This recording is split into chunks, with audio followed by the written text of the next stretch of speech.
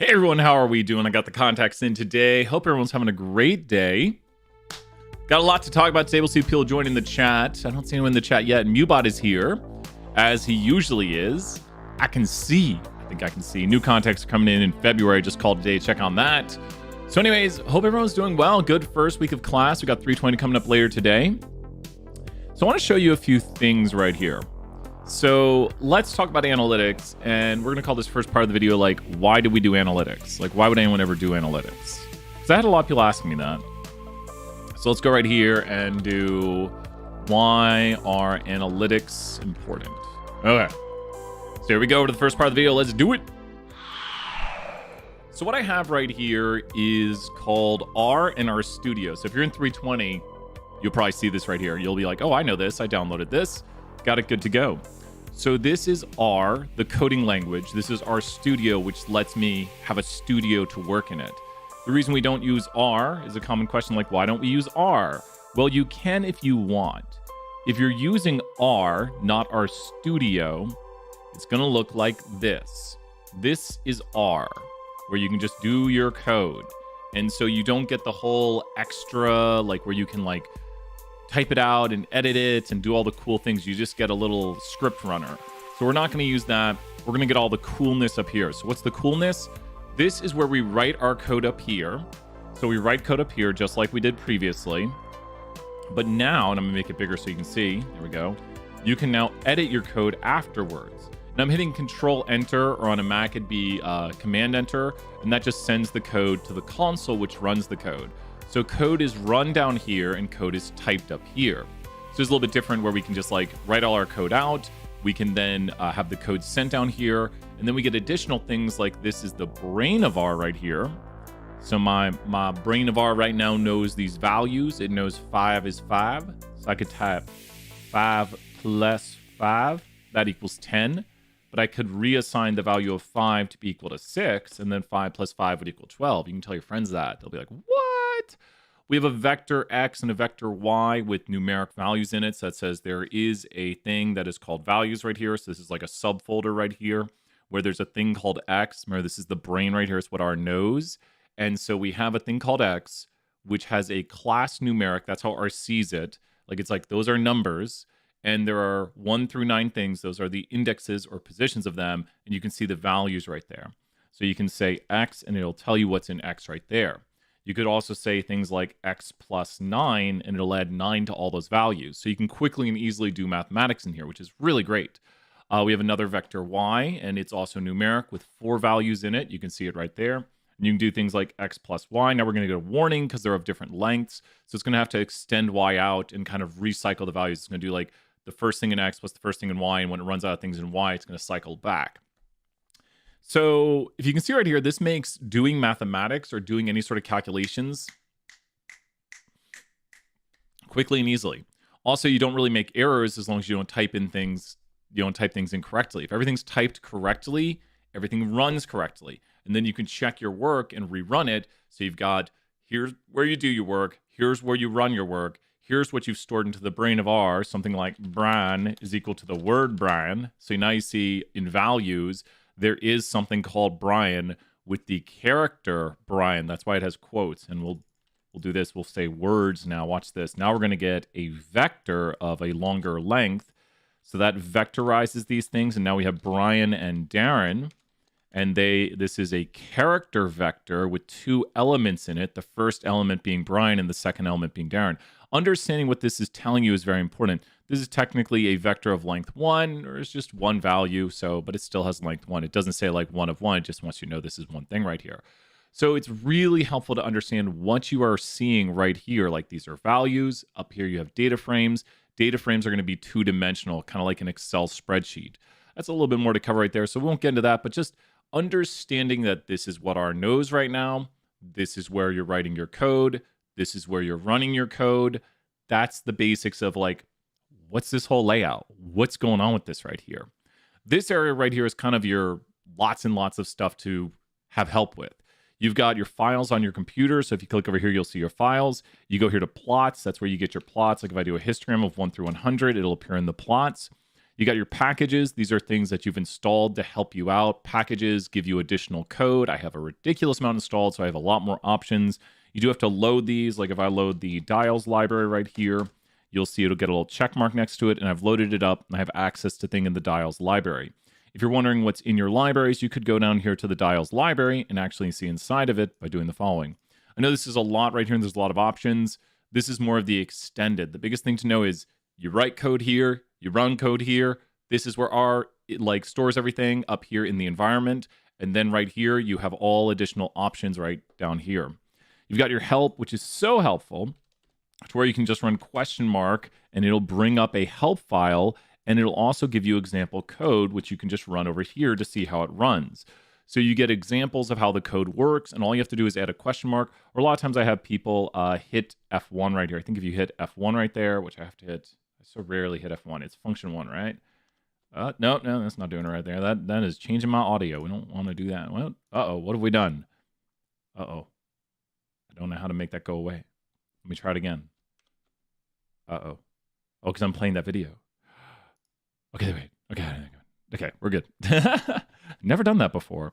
So here we go. We type mean again, and now we just hit F1, normal F1, and there we go.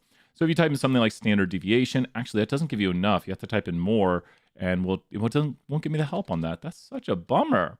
We'll type in IQR. IQR, not going to give me the help either. IQR gives you the IQR of a vector, so we could get the IQR of that vector right there, and summary right here. I don't know why it's not showing us the help.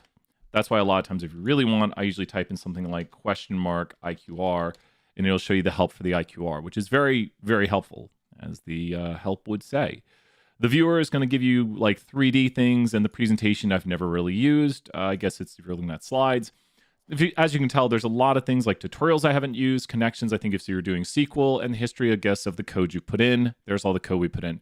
Most importantly, we usually look at the environment up here, and then down here we might go to the help, or we might look at our packages, but there's just a lot of things to look at. There's also the terminal and the render and the background jobs. Usually we just stay on console down here.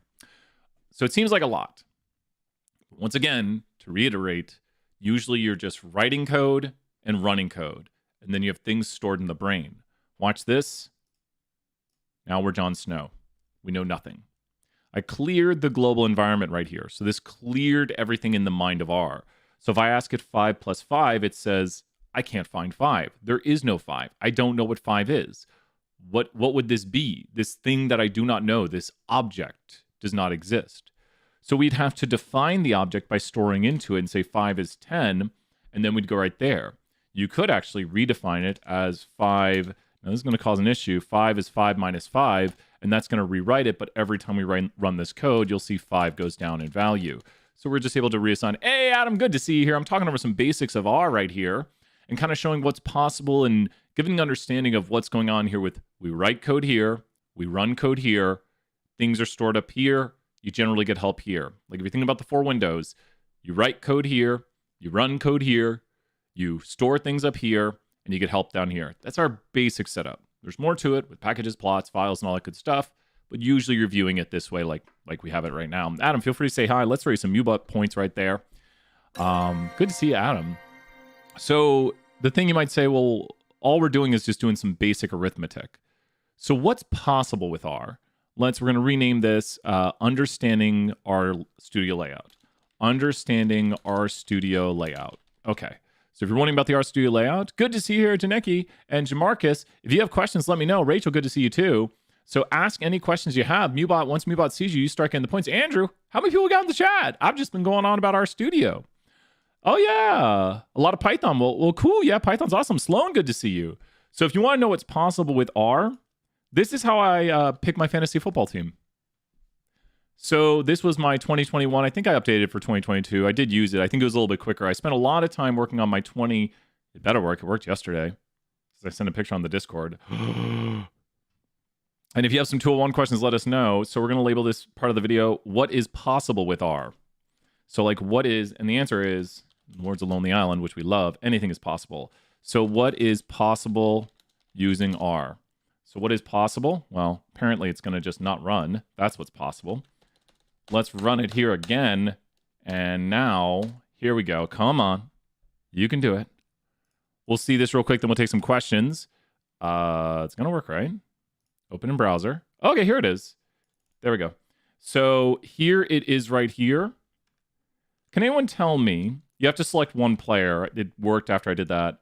Can anyone tell me what this is doing right here? Let me downweight defense. Wait, defense shouldn't be. Let's rank it by the points. And there are the best picks. These are the 2021 picks. Christian McCaffrey right there with Carolina Panthers. Dalvin Cook. These are the best picks right here. But let's say we don't want a running back. Well, then we could just sort again. It should stay sorted. Saying Travis Kelce. Let's say we're like, those tight ends are valued too high. Let's downweight the tight ends right here. Oh, it is ranking them right here. Good. I do have this sorted. So here is where you can upweight or downweight. I really want a tight end. There we go. So you can adjust your values on, do you want running backs? Do you want tight ends? How much are you valuing them at this point in the draft? Like, let's say I get 4 wide receivers. I could just go boom like that. And you notice wide receivers are not going to show up. I might say, let's give them a little bit of value because maybe there's someone still left on the list. Good old shiny right here. Yep. So as soon as someone says something like Travis Kelce, I go right here and he's removed from the list. And it should tell me, it says no running backs are available. Oh, because I deselected running backs. There we go.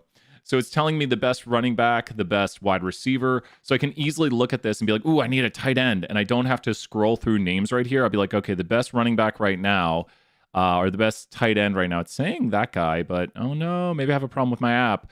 But it's all about how you code it. The best running back is Christian McCaffrey. The best quarterback is Patrick Mahomes. The best wide receiver is Devontae Adams. And then I can select from my team down here who I'm picking, and it'll also remove them from the list. I pick one, I went Patriots defense. So this is not doing anything that you couldn't do in your mind, because all it's doing is running equations. Which Christian, oh really? Who's he with now? I see. My cousin actually asked me if I was cheating the first year I won. He's like, you don't know anything about sports. And I'm like, but I do know analytics. And if I knew sports like my brother, I'd be amazing at this. All it's doing is running the equations right here, like taking the 49ers. Cool. Thank you, everyone, right there knowing that. But does this seem valuable to someone like me who can write an equation? So all I'm doing is writing equations right here, solving through, who's the best. Travis Kelce is by far the best tight end. Yeah, because he runs and catches, right? How do you recommend keeping up 2-1? Let's do that next year. Let's talk about 2-1 and keeping up. Well, the thing is, you have to have domain knowledge, we say. So this app right here only runs, I have to open it in a new browser, so it completely runs on the internet. Like, I can upload this to the internet. And let me show you one last thing here, and then we'll go over to the how to do 201. So this is something I created. Well, you know how I said anything is possible? I said anything's possible, right? So let's look at what's possible. I want to find my favorite one. Okay, where is it? Yeah, okay, let's play Pokemon 20 questions. Okay, this is Pokemon. Someone made this. There's even bigger ones than this, but I like this one. Okay, so what Pokemon are we going to pick? Please load. Please still have your app online. Okay, good, it worked. Okay, so someone pick a Pokemon. This is running from our code. Okay, so someone pick a Pokemon without reading the question first. Pick a Pokemon.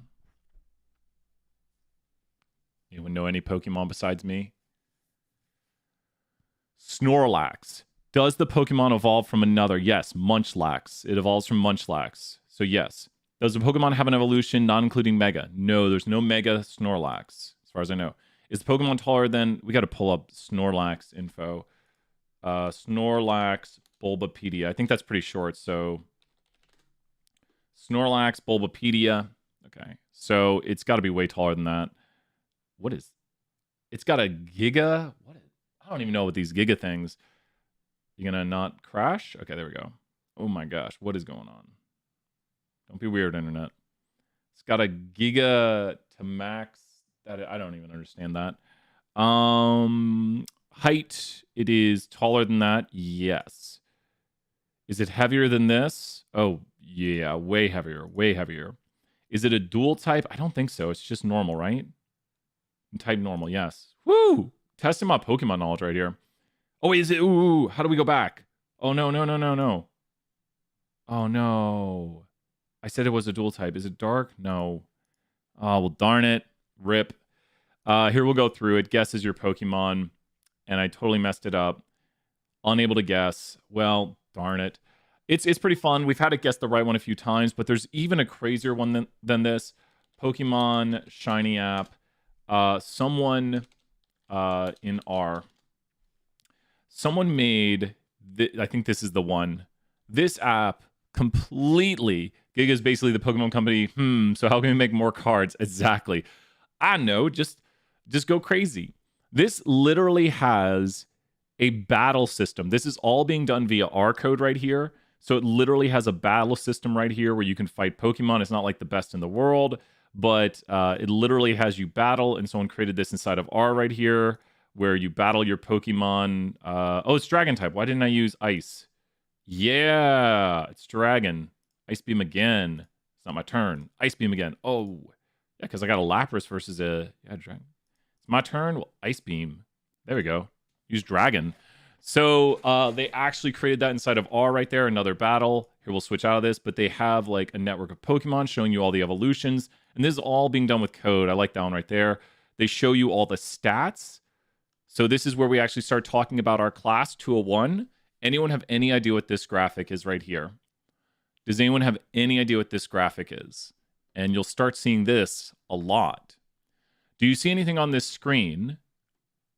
Because remember yesterday we talked about variable types. If you were in 201 yesterday, so let's switch over. We're going to switch topics now to how to be successful in 201. So I need my notes. Oh, did I lose? Nope, got them right here. So how to be successful in 201. What kind of variables do you see right here? So how to be successful in 201. What kind of variables do you see right here? It's box plots. Great job right there, Kat. That is correct. Some points in the chat right there. And so it's actually multiple box plots. And so what would you call it? So being successful in Stat 201. So what would you call it if it's multiple box plots? I'm just going to hit all the wrong buttons today. What would you call it? So look inside of here, because the X variable, good to see here, Will, is showing all the possible. Great job, Andrew. That's what box plots show. They show the 5-number summary. So you might call it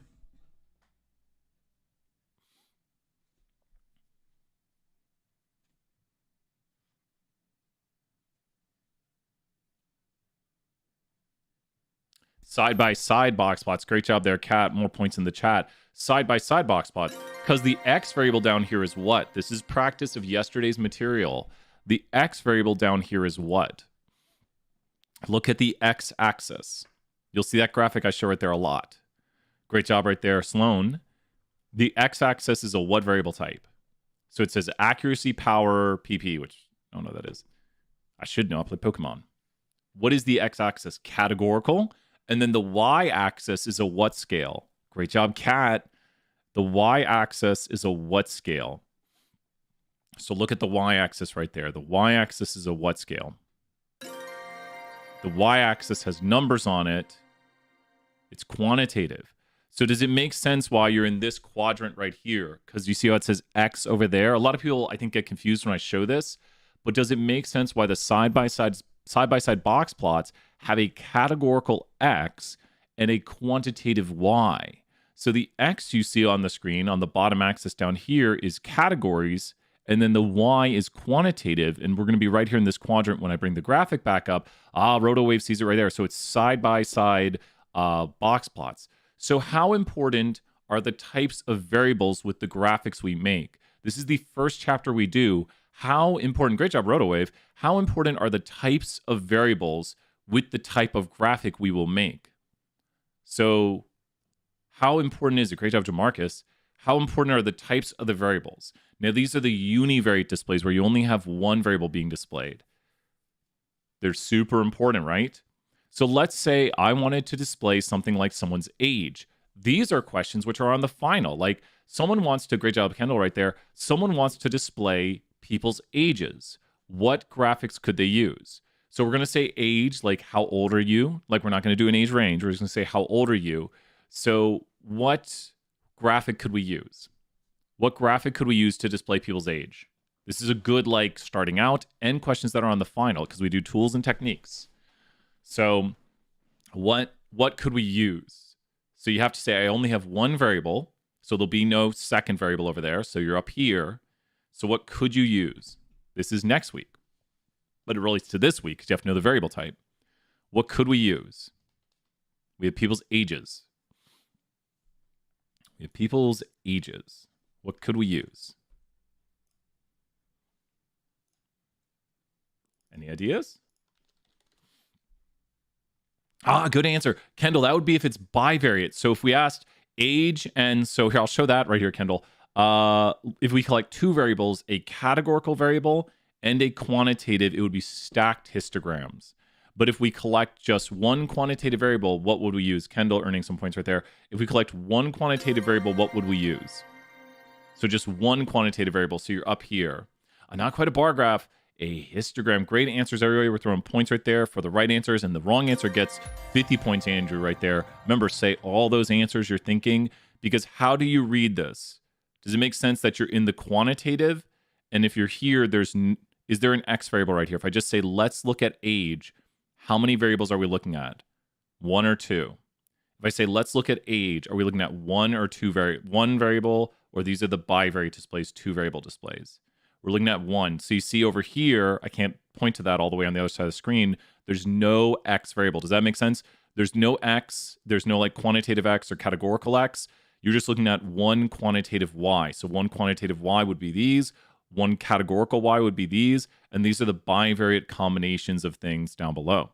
So if you feel comfortable, or you can make up a fake thing, like if you don't want to say your real age or you don't want to say anything, that's fine. But let's record ages. Now remember, you don't have to say it. So go ahead and tell me your age. Brian is 48 today. How old I am today with my eyes. Got 20 in the chat. Not 48, but we'll pretend. 20, 19. Anything else? Do a few more right here. 19,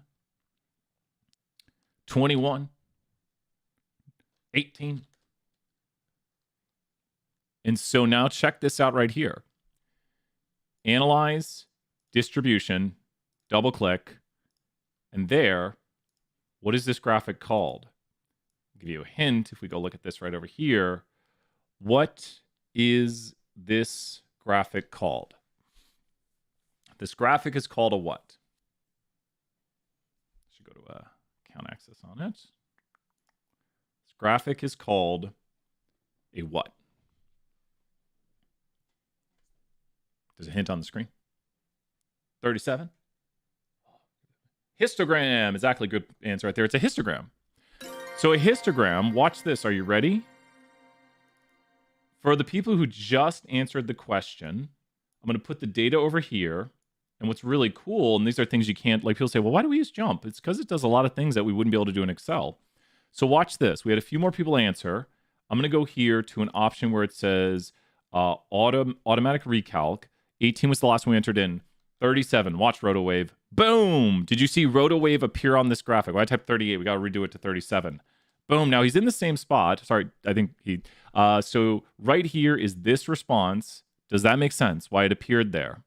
If I type in the 20s, guess what's going to go up? This bin right here is going to go up 20. Watch, you're appearing. Do you see how it's getting higher? There's more people. Now there's 5 people in this age range. Getting crazy over here. So these are the people in this age range from 20 to what? So you're seeing next week's material. These people in this bin have ages from 20 to what? You have to look very carefully where the bin ends. These are people who start at 20 and go up to, but do not include technically what? So these are people, those people I've selected. If you were one of the people that are responding, we got one more person who said 20 also. Right there. So those are people who what? Have ages that are what? Up to what, but not including. So the bin goes right to here and look at where it's at. I'll zoom in so you can see. They have ages that start at what, but go up to what? Not 20. Good answers right there, Andrew. Not 21. Not 20. It is true that they are 20 to 21, but the bin would include, I got to throw more points. They are 20 to 21. That is correct. These people are all 20 to 21. Anyone in this bin would have an age that is contained between 20, but not including up to 25. It goes right up to 25, but if someone was 25, they'd be in the next bin over. Does that, who understands as I put in the data and you can see it appear, that if someone's right right up to 25, they would be in this bin. Like if I'm like, I'm 24.8, you would be in this bin. I'm 24.7, you would be in that bin, and you see it get bigger. I'm 25.2, you would be in the next bin over. Does everyone understand how the data is kind of constructing this histogram and you're seeing it appear? Does that make sense as I put a value in and it's appearing? Good to see you here, Will. Yes. Okay, so now check this out. We could collect another variable. I could say classification. And as far as I know, there's only one instructor in the class, and the rest are students. So not students, I mean, they are below, but they are a student. So now that we have two variables, we could do what right here? We could make what's called a bivariate display. And we have a few options. So now I have a quantitative Y and a categorical X. What are the two options I can make for a new graphic? So I'm not really blocking it. What are the two options I could make with a categorical X? So you're learning how to read this graphic. I'm not blocking anything important, especially now. What are the two options I could make right here with a categorical X, like what's your classification, and a quantitative Y? What are my two options? What are my two options? One of the two options. Where's some points right here? Stacked histograms is one. Great job right there. Stacked histograms. And so there you go. There's one of them. And what else? Stacked histograms and side-by-side box plots. Yep. We could have made a singular box plot, and I think we already did. If you look at the graphics, here's the box plot up here. So we actually made a box plot and a histogram. We're going to go more into the analysis, but right now we're just learning which graphics are used for which types of data. That's showing a box plot of age. That's showing a histogram of age. So with this right here, let's do the following. Let's go here and go to Graph Builder. You can slow down the video. We're just kind of showing how graphics work. Don't worry about so much about replicating this. It's just understanding that the variable types tell you what kind of graphic you're going to make right here. So I'm going to go right here to the x-axis and put classification. And then I'm going to go to age right here. I'm going to select box plots. And there you go. Here are the side-by-side box plots. Now, why do you think the instructor has the min, the max, all these values are same for the instructor? Why do you think for the instructor, all those values are the same? Kind of think about it theoretically right here and logically. Why do you think for the instructor, which one likes to select that data? There we go. Why do you think for the instructor, the minimum age, the maximum age are all the same? And that's actually a box plot. Why do you think that is? So the box plot looks kind of weird right there. Like, wait, the maximum age of the instructor was 48. The minimum age was 48. So why? What's going on right there? So the answer lies in the data. So why does the data look like this when we graph it? Why does it look like that? Any thoughts on that? What do you notice over here? There's only one. You got it, Kate, right there. There's only one. Well, we could go down here. We could put in, we don't have it auto-updating. We could remake it. Let's say Adam Spanbauer comes in. Maybe he's 30. We add him as an instructor to the class. We go right here. Let's go to redo. Oh, and it redid it? Oh, there we go. Now you can see the variation has increased, and we have a median, which is the average of the two ages right there, 30 and 48, average to 39 right there. We have the Q1 and the Q3. More on those when we get to chapter 4. But now there's more variation in the ages of the instructor, and we've graphed it. Instructors now. We can also go back to Graph Builder and change this such that we can do histograms. Now, these are actually side-by-side histograms, so we might want to go over here and put this here. A lot of ways to do stacked histograms. Ooh, we don't want to do that. That's not a way. There we go right there. And we don't want to group by the X. We want to put it right here. It just depends on how you want to classify it, and we want this. There we go. So now we have stacked histograms. We are still analyzing a Y variable of interest, and there's a lot of ways to make these graphics, such as right here, you can go to by classification, age, Y variable, and then you would make the same sort of thing right here with a little more summary statistics, and now we have stacked histograms. It just put the instructors up here and the students down here, and you can see them side by side. And it's really great. One thing, and this is notes for the class, if you are stacking the histograms, they should have the same what's-is, which this one on the left does, this one over here does not. So take a look. Why is this graphic inherently better than these over here? So the answer lies in this. If you are stacking them, they should have the same what's. What are these called right here, which these do not have the same? I can fix it pretty quickly, but if you are stacking graphics, they should have the same what's. What should they have the same of? Definitely seen this on the test. If you are stacking graphics, they should have the same axes. So you should have the same axis on the graphics. So make sure to have the same x-axis, the same y-axis, and that's going to x-axis. X and y technically are same axes. Like, we're not trying to trick you if we just put like x-axis, but they should have the same x-axis. Very true right there. Great job, Kate, following along. So really what I wanted to stress right now is lecture 1. Because knowing how to graph these variables, like when we ask you, like, how would you graph classification? How do you know the answers to how you graph classification? So the answer to how would you graph classification is based on the what? The answer to how you graph classification is based on the what? The answer to how you would graph it is based on what? The answer is right over there, which is why it's so important. It's chapter 1. The majority of chapter 1. The answer to how you graph it is based on its what? How do you know how to graph that? We said graph classification, the type of the variable, right? The variable type. So how would you graph classification? I'll put the cheat screen up here in a second. What graphic would you use to make a graphic of classification? How would you visualize it? What are some of your options? There's a lot of options. What are some of your options? Like, what is a good option right here? And I can make it pretty quickly, but think of one of them and I'll throw some more points. I'll put the cheat screen up. There's the cheat screen. I'm not blocking any of the answers. Pie chart, bar chart. That's everything up there. Pie chart, bar chart, Pareto, frequency table, ring chart. Not a big fan of ring charts, but pie chart is one of them right there. And watch this. Graph builder, classification right there. Pie chart. And then you could add in the labels right here. And there you go. That's the row numbers. We don't want that. We could do percentages. So now there's a pretty good percentage, 2 to 14, and click done, and you're good to go. But then you could do other things right here, of course. You could just switch this over to a bar chart right there, throw in the labels again. And this is why we like jump right here, because you could even go classification of people. And you can just edit things like that nice and easily, making jump really easy. Pretty much anything you can click, you can edit. I don't think, you can edit that if you want. Title right there. So pretty much anything you click, you can edit. Just double click that. There we go. You could edit that if you wanted. So that's why we like jump. It's nice and easy to edit things, makes really good graphics, and pretty quick on doing the analysis. So you can make a pie chart, a bar chart, a Pareto. Pareto is just where you put the bars in order. So you'd want to go here to, this one's a little harder to find. We don't use it as much. The multivariate quality process, and right there is a Pareto where the bars are put in order. We'll talk more about those during class, but I saw a question about how to be successful.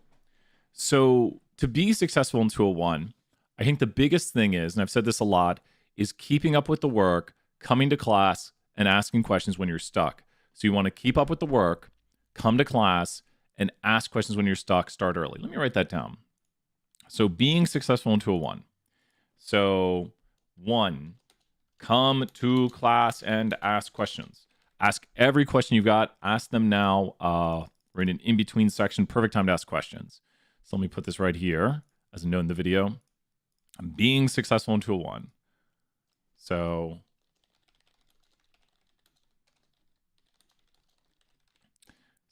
being successful in 201. In Stat 201. So always come to class. Every time. These are office hours. You're free to come to these or not. You're free to check them out later. We could do some of the assignments here too, but come to class and ask questions. Especially tag me with those questions. Tag Brian. Mention others' questions. If I miss a question, just let me know, like, hey, so-and-so asked a question. I'll throw bonus points, especially if I miss it, because I don't like to miss questions. So if someone's like, hey, so-and-so had a question and you didn't see it, you get bonus points for helping someone out. I'll hit the 50-point button, which is the, like, awesome. We hit 20 a lot. But the 50s, like, you did something really awesome. Communications, that's exact. Look at Sloan right there earning everyone some bonus. I got to throw 50. That's huge right there. Nice job, Kat. And feel free to ask more questions, swing back by, and glad to have you here. So as Sloan said right there, communication is key, and I can't know if you're stuck or anything, if you're not coming to class and I don't hear from you. So many points, right, Andrew? Andrew Wynn, good to see you here. Wait, no, I've had so many Andrews. I had an Andrew Wind, not an Andrew Wynn, I don't think, though. So, but good to see you here, Andrew. And then number 2 is do all the work. Start early, get 100s if possible. So especially with the early assignments, get those hundreds. So how many attempts do you have at homework? Homework has how many attempts? How many attempts does the homework have? Homework has how many attempts? So you have to know the system to be like, okay, the homework has this many attempts. The My Pearson homework, let's put that. My Pearson homework has how many attempts? It's not telling like everything you do at home has this many attempts. My Pearson homework has this many attempts. Unlimited right there. Unlimited power. Living space. Where the quote goes. Unlimited. Closes the night of the test. My Pearson quizzes have 5 attempts. First is free. No prereq. 2 through 5 require 80 or higher on respective homework. Okay, so right there, the My Pearson quizzes, and they close the night they are due. So you can't do these later. If you miss it, it's done. So let's say you're in a scenario. So hopefully someone's watching this is like, I want to be successful, but let's say at some point midway through the semester, they realize it's 11:50 and they didn't start the homework. This is not the scenario you want to do, but I'm going to tell you how to, a little A for effort, right? If it is, good to see you here, Caitlin. If it's 11:50 or 11:55 and you really don't know what to do for the homework, you've been stuck, you've had a busy day, and you got 5 minutes, what could you do with a quiz? What could you do with a quiz if you have a first attempt is free and you just like, today's been crazy, I got 5 minutes, I'm staying up late right here, I got 5 minutes. I don't know the material, I don't understand this regression stuff, I don't understand it. This is not where I want you to be at. But truthfully, this could have probably given a few students like a C+ to a B-, a B- to a B. If it's 11:50, something like that, so you try, Sloan, right there, that's the best answer. Try your best, right? And give the quiz an attempt, because what do you think there are on the quizzes? Like, let's go to the end of the semester here. Let's pretend it's the end of the semester. And once again, we will cover these materials as we get to them. It's the end of the semester right here, and I want to show you. We're going to put a 5-minute speed run on the board right here. So let me go. I need to delete those things in the speed run here. We are going to pretend we have 3 minutes, okay? We got 3 minutes right here to take a quiz that we have no idea the answers of. So I'm going to pretend I got no idea. I'm going to be a student who's completely stuck. I got to look at that. It says an instructor joined one of my classes. I need to look at this. Oh, wait.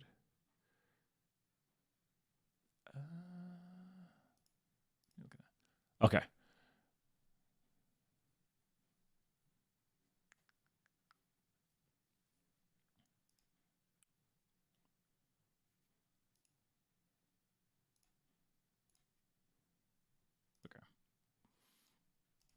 Let's see.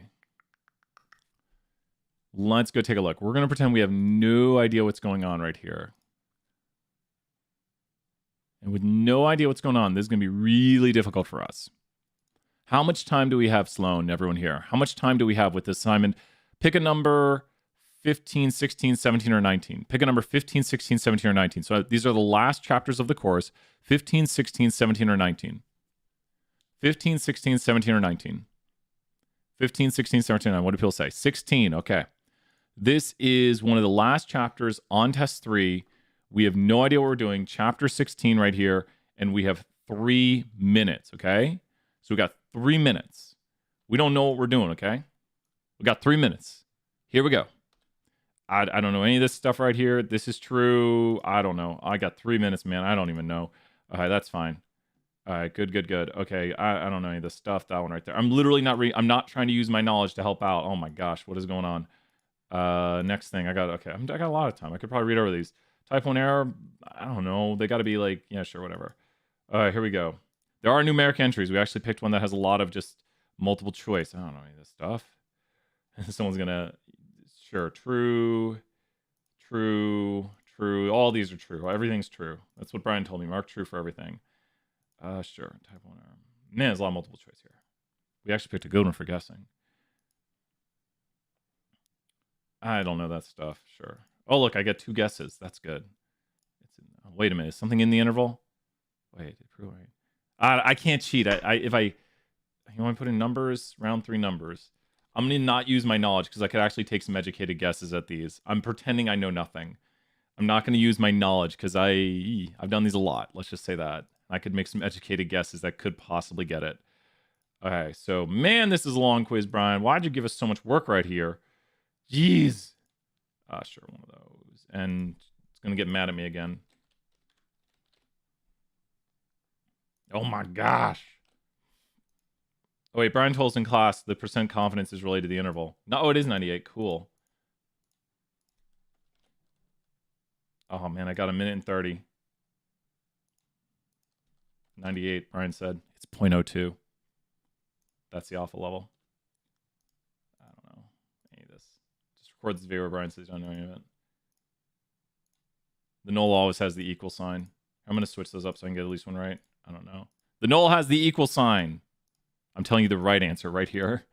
The null has the equal sign. We got, oh my gosh, look at how crazy this is. There we go. You would never accept, but I'm not using that knowledge. It's the first one I clicked. Okay. 2 minutes. 2 minutes. Now, I know a 12% is not amazing. I know a 12% is not amazing, but that was 2 minutes. What would you rather have, a 12 or a 0? That was pure guessing at an end of semester quiz with 2 minutes. Would you rather have a 12 or a 0? Would you rather have a 12 or a 0?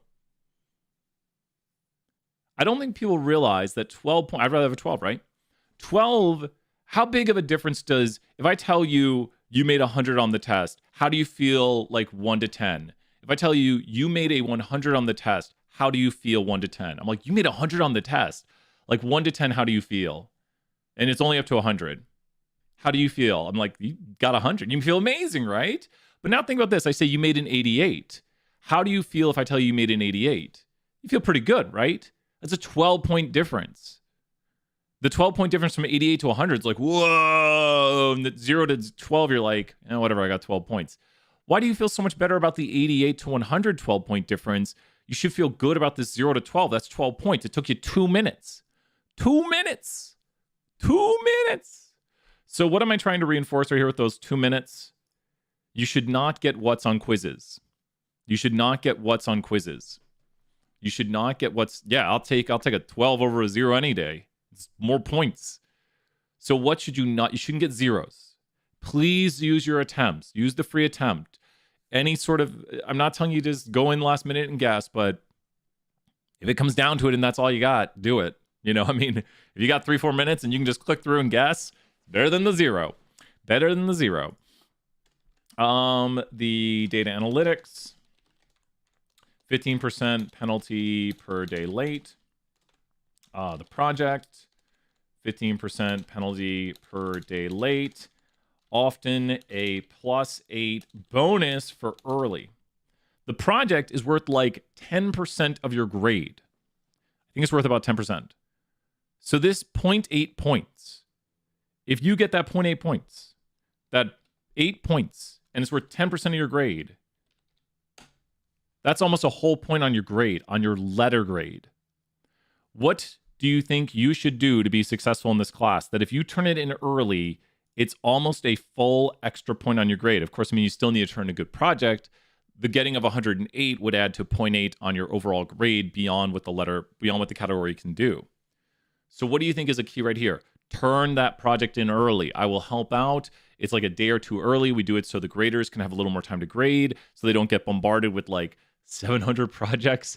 So we want you to turn it in early. Turn it in early. That's a key to success right here. Another thing, key to success, don't miss any quizzes. Turn in the project early. I will look over it very quickly. I'll tell you if it's looking good. Sometimes I even give you that 108 because I'm like, hey, this is a perfect project. So I don't want my graders to spend the time looking at it when I've already looked at it. So I've literally gone in and graded people and given them 108 when they turn it in early and be like, okay, 108, you're done. Because I go through it and I'm like, yeah, excellent, excellent, excellent. Okay, 108. I can grade them pretty quickly. Like if I see you're doing a perfect project, I'll take a little more time to grade it. If I see there's errors, usually I'll just skim and find the errors and be like, I saw quite a few errors, make sure to go over it and watch the videos. I try to spend about 1 minute per project. Why do you say 1 minute? Well, if I spent 3 minutes per project with about 700 students, which is about what we have, that would be 35 hours. And that's 1.5 days of, I'd have to be awake for 1.5 days. And that's just looking over projects.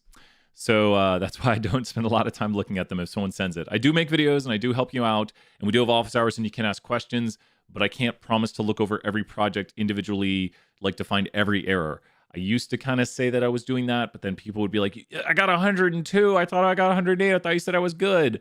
And now I say things like, in my quick skim, I didn't see any major errors. Now make sure to look in the video to see if there's things that you missed. I can't promise I caught everything because, once again, it would be a lot of time. And the tests. Okay, the tests. Okay. They are the hardest part. A lot of times, people do well on test 1, and then test 2 hits them. Would you like to see a full analysis? Let's show how I do data analytics and how I make decisions. So this is, we got 2 tips. This is a big tip right here. So I like to talk about the importance of statistics. So what I'm going to do right now is I'm going to download the gradebook from last semester. I'm going to anonymize it. And then I'm going to run analytics, and you're going to get to see the kind of full output of it. So does everyone understand this? I'm downloading the gradebook. I'm going to head over here while we do it. So you are about to see a full analysis of grades and what impacts grades. So this is like the no joke. If you want to know what impacts grades, this is the full analysis right here. So let me go grab it. Okay, fall 2022. And let's go grab it right here. Grades. I'm going to make sure I close out of Excel after I do this. That's why I'm over here on this screen. So you are going to see literally what impacts grades. How are people doing today? And ask more questions if you got it. But this is how we do data analytics. So I'm going to, as I said, I think one of the classes, run the analysis that I run a lot of times. This is an analysis I run a lot of times right here. It takes a while to load the gradebook. Okay, we are exporting the gradebook. So entire gradebook. And with this, who wants to know the habits of A students? That is what we're going to try to analyze right here. The habits of A students. The habits of A students. Anyone in the chat? We'll throw some points and wake people up right here. We're going to figure out the habits of A students with data analysis. I'm going to do some advanced techniques here and some basic techniques. I am over here on the main screen, right? Here on the other screen. Good. I'm on the screen. Awesome. Okay. Let me remove names. Names removed. There we go. Let me bring it over to jump. Bring over to jump. Let me delete extra columns. Oh, that says read only. Oh, what? Why does it say read only? Shouldn't say read only.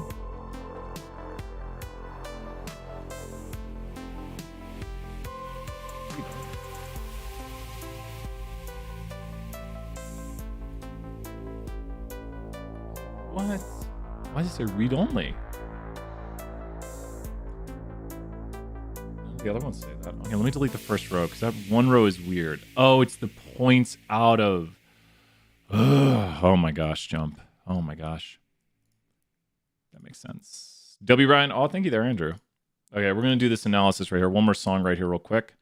And then we'll do this analysis. Okay. And so now we are going to give me a second right here as I clean the data, and then we'll have the analysis. We're going to figure out A versus not A. Unposted final score. Sort. Okay. We're going to figure out the habits of those people who made... Let's go above a 90. When you say turn a project early, how early? It's usually like 2 days. Thank you, Sloan, right there for the clarification. It's usually like 2 days. We'll have it in the announcement.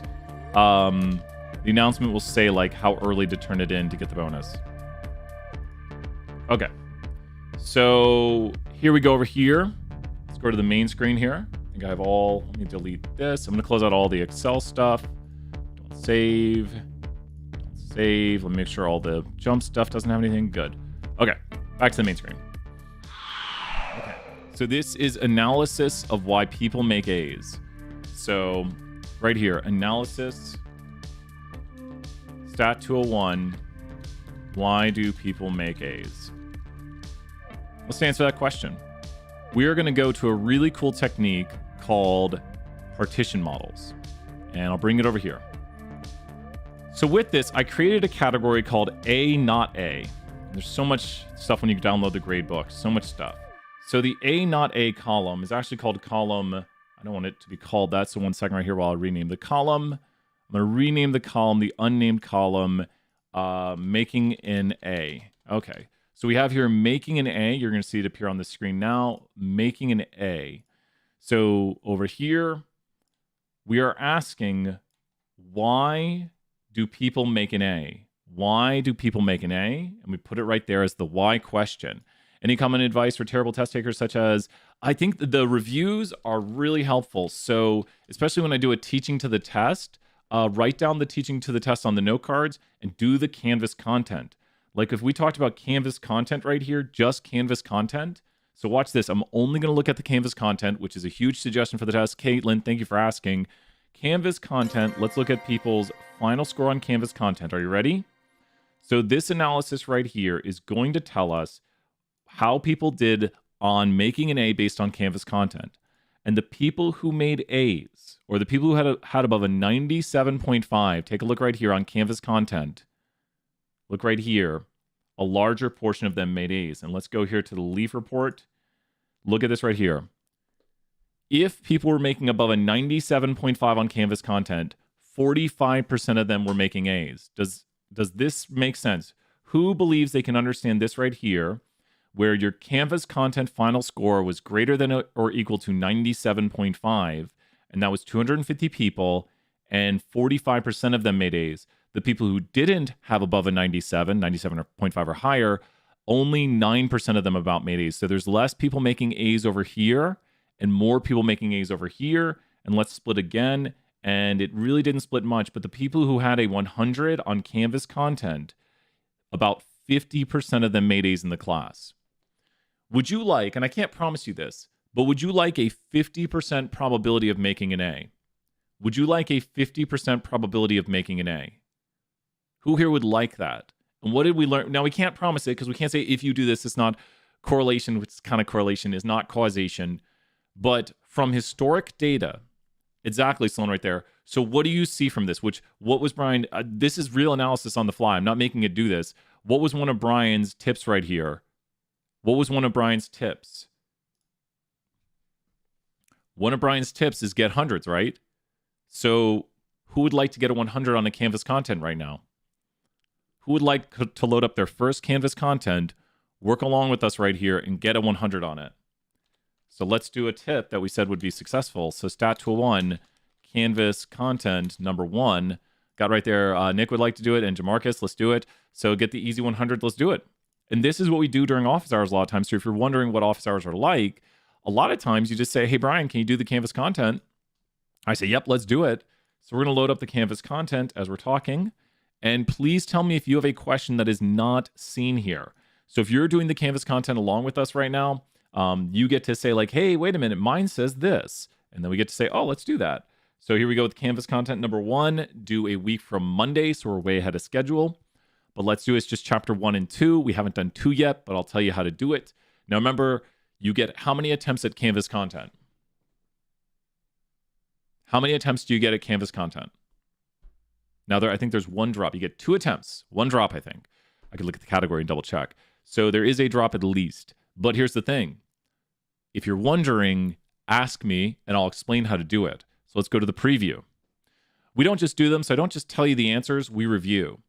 There are technically how many types of data? Technically, there's how many types of data, which is still the answer to the question. There's technically 2 types of data, right? You can put letters. What are the 2 types of data? You can just tell me the letters, and I know you'll know what you're talking about. The 2 types of data are what? The 2 types of data are what? 2 of them are on the screen up there. The 2 types of data are what? Q and C, quantitative and categorical, sometimes known as qualitative down there. I don't like to call it that because it's confusing with quantitative and qualitative. So what we have right here, we have reviews from yesterday and where we were talking about things like quantitative is actual real numbers.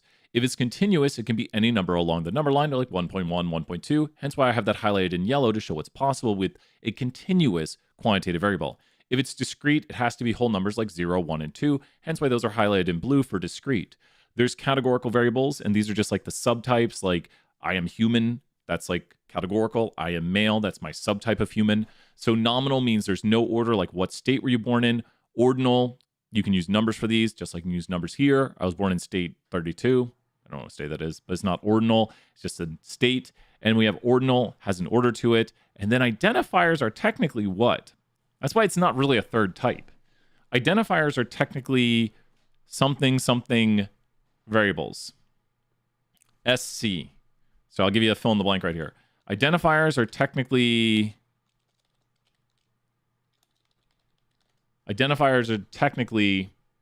what?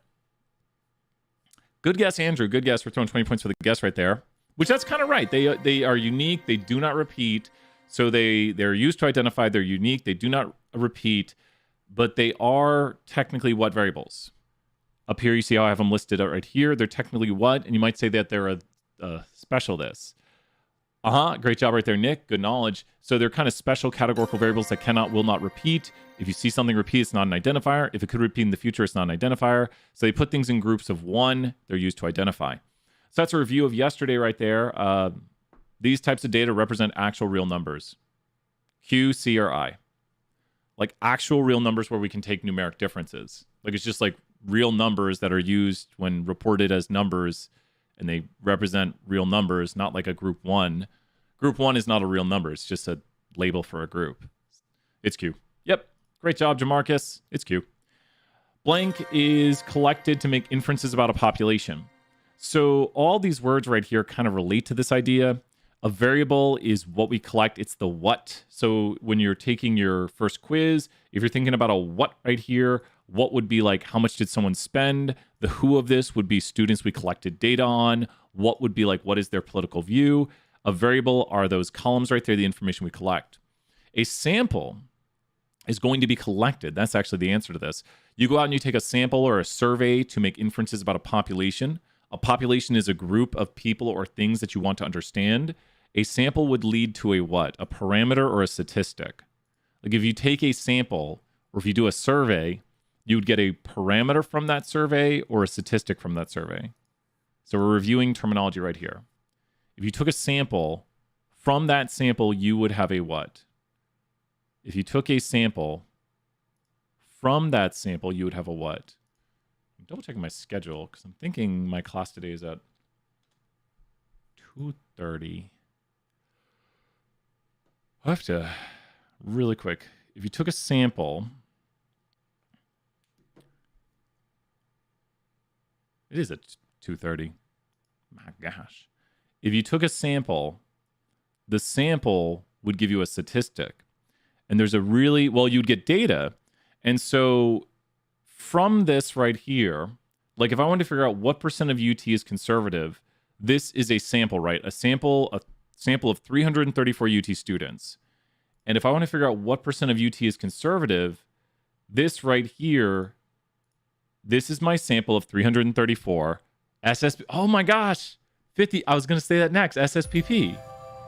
Did you just make that up, or have you watched any of the lectures where I say SSPP? Statistics to estimate the parameter for a population. The parameter is the truth. Oh my gosh, Nick, right? Yeah. So we estimate that around 37% of UT is conservative. We don't know what the truth is for the full population. Nick, right there, that's awesome. Yeah, SSPP. So what Nick is saying right there is I have a saying I use a lot of times where I say SSPP, and this stands for samples give us statistics to estimate the parameter for a population. So the population, Blake, good to see you here. So we're throwing Blake some points. Blake's got one of the levels too. So samples give us statistics to estimate the truth for a population. Blake's got some crazy points. So does that make sense? SSPP right here, really great thing to memorize right there. That samples, like if you collect data, it's going to give you a statistic. Why do you have a statistic? To estimate the truth for a population. So statistics are when you don't have all the data. Which of these is when you do have all the data and you give someone a figure? Like if the registrar told you the GPA of students, nice job, Blake, what would they be telling you? If the registrar told you the GPA of all students, would they be telling you a sample, a statistic, a parameter, or a population? The registrar reports the GPA of all students. This is a blank. So this is to test your knowledge. The registrar reports the GPA of all students. They have told you a what now? This is a what? The registrar reports the GPA of all students. Is that a sample, a statistic, a parameter, or a population? I asked this because I think we might see a wrong answer here, and it's a very common mistake because the new word is the confusing one. Which of those is it? Is it? So you got choices right here. Don't worry about getting it wrong. It's one of these things right here. Which of those is it? The registrar reports the GPA of all students. This is a what? Oh wait, we should say the GPA of all students is a, that might help for clarification. Right there, Caitlin, 50 points. Don't worry about getting it wrong. That's what we do right here. We throw more points for wrong answers because all students is the population we're learning about. And since we know the answer for all students, the GPA of all students, that doesn't look so good. The GPA of all students is going to be the parameter. Does that make sense? Whereas, so that's a parameter. You collect data from 100 students, the GPA of the average GPA of the 100 students is a blank. So how would this go? So you collect data from 100 students. 100 students is now your what? 100 students is now your what? You collect data from 100 students. The 100 students is now your what? That is your sample. Boom, you got it right there. That's exactly it. Kaylin, we got an exclamation. We're throwing extra points for that. That is your sample. And then what you learn from the sample is a what? So what you learn from the sample is a what? Which I think you can see. I'm not trying to trick you, I promise. What you learn from a sample is a what? What you learn from a sample is a what? So what you've learned from a sample, when you summarize the sample, it is a what? If you have a sample and you've learned something from it, and it's just in individuals you've collected data on, not everybody, that would be called a what? The average GPA of those 100 students is a statistic. Great job, Kaylin. Yeah. And that's exactly, this is what we try to do in class, and office hours is a little more like just us working together on it. That is a statistic. So statistics must come from samples. Population, a parameter is when you have how much data. When we say we have a parameter, we have how much data. Like when it's called a parameter, like when someone says, here's the GPA, and they say, but it's a parameter, they're telling you they have how much data. So instead of it being called a statistic, now it's called a parameter because they have what data. So if it's called a parameter instead of a statistic, it's because they have how much data. And that's why it's a change in wording.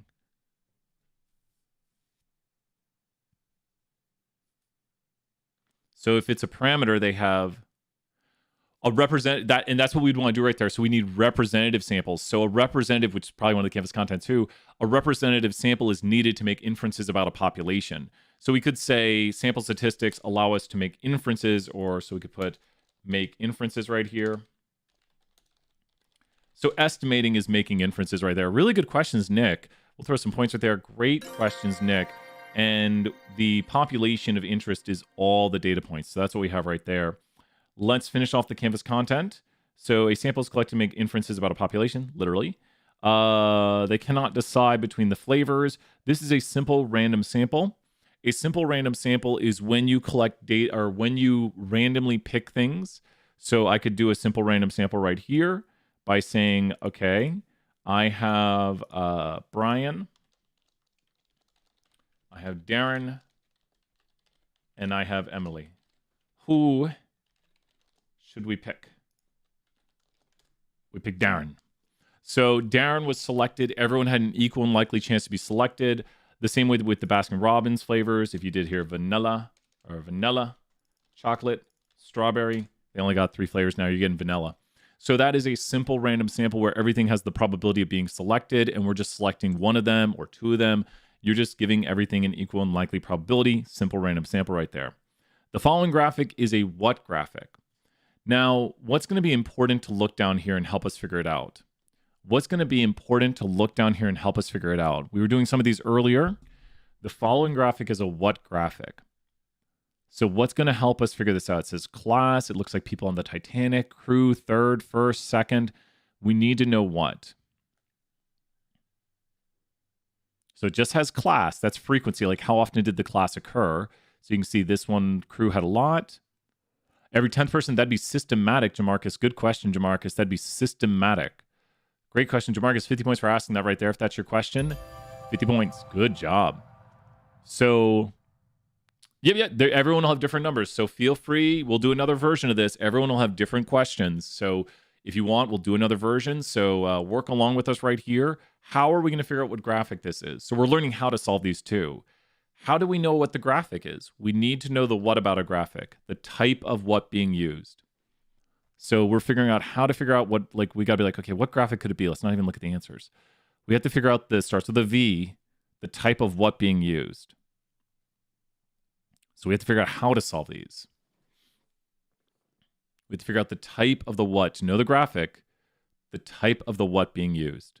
Type of variable, Nick, excellent job right here. I'm on a different screen, type of variable. So class of someone on the Titanic is a what variable?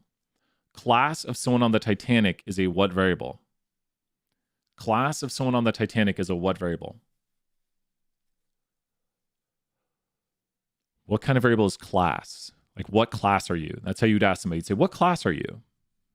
Now, just because it's categorical, yes, so be careful. This is just showing you how many people are in the class. Someone might say, well, that's quantitative. That's a Y quantitative access. Well, it's just showing you how many observations are in each group. So there's no second variable here. This is just the frequency of the class variable. Does that make sense? Like, this isn't a second variable. We didn't ask people, what's your frequency? We said, what's your class? And then we counted how many people are in each class. So if you look right here, histograms are only used for quantitative data. You'll see them up there in the top corner. Histograms are only quantitative, so it can't be a histogram. Pie charts, well, I think a lot of us know what a pie chart looks like. It looks like a pie. Does that look like a pie? It doesn't look like a pie. Now we're down to 2. The 2 we're down to are mosaic plots and Pareto charts. A Pareto chart is when you put bars in order. So put them in order, Pareto plot. Pareto, put them in order, starts with a P. Mosaic plots need 2 variables. A mosaic plot, I'll show you one here real quickly, is bivariate categorical. So for a mosaic plot, you'd have to ask something like, 2 hours, I went to the wrong screen. You'd have to ask something like, what's your handedness and your gender? And there's a mosaic plot. Oh, because we just have males here. So a mosaic plot is more traditionally going to look like, what's your political view? What's your political view? And then you get a mosaic plot right here. And this is a mosaic plot. Blake said, put them in order. We got to throw 50 points for Nick and Blake right there, both answering questions. So does that graphic on the screen over there look like this right here? Does it look like that mosaic plot? Does it look like a mosaic plot? No, this is what 2 variables look like. Like you can see political view of that, political view of this. That's two variables. That's a bivariate display. No, this is a Pareto plot, and we could even make one over here by going to multivariate. Pareto, no, it's under quality and process. Pareto plot right there. And you just take the variable, you put it, and it looks like that. Just different color. We'd have to go here. And where's the color? I don't know how to do it. Right click it. There you go. Color, background color. And get some nice background right there. Cool. So you can make changes to it and all that good stuff. That is a Pareto plot. So knowing the variable type is going to help us out there. The mean is highly influenced by outliers. So once again, I do like to show stuff in R every once in a while. The mean is the what of all the values. The mean is the what of all the values. So the mean, so we'll go here to values. The mean is the what of all the values. The mean is the what of all the values. It's the average. So the mean is currently 5, or let's do this, make it symmetric. The mean is currently, I don't know how to do symmetric. There we go. The mean is currently 5. The median is the what value here? So does anyone know how to find median? How do you find median of 3 numbers? If you have 3 numbers like 2, 5, 8, the median is the what number? If anyone knows the 50th percentile, which is what the median is, the middle number, exactly. Well, you wouldn't add them up and divide by 3. And so Janeki has it right there, 50 points, great job. All you have to do is find the middle number. So if you look right here, there's the mean and there's the median. Does that make sense? Can everyone kind of understand my output that I have on the screen? It says mean is 5, median is 5. What happens if I change this to 80? Now when I rerun it, what changed? So what changed? So now I can just rerun it again and get the mean and the median for you like that. That's why I like doing things in code, because I can show like, oh, I just found the mean of those values and I found the median. So which of these looks to be more influenced by outliers? We could just go here and do like, boop, boop, boop. Which of those values looks to be more influenced by outliers? Which of those is influenced by outliers, the mean or the median? The mean is influenced by outliers. And is the median at all influenced by extreme values? Even a tiny bit.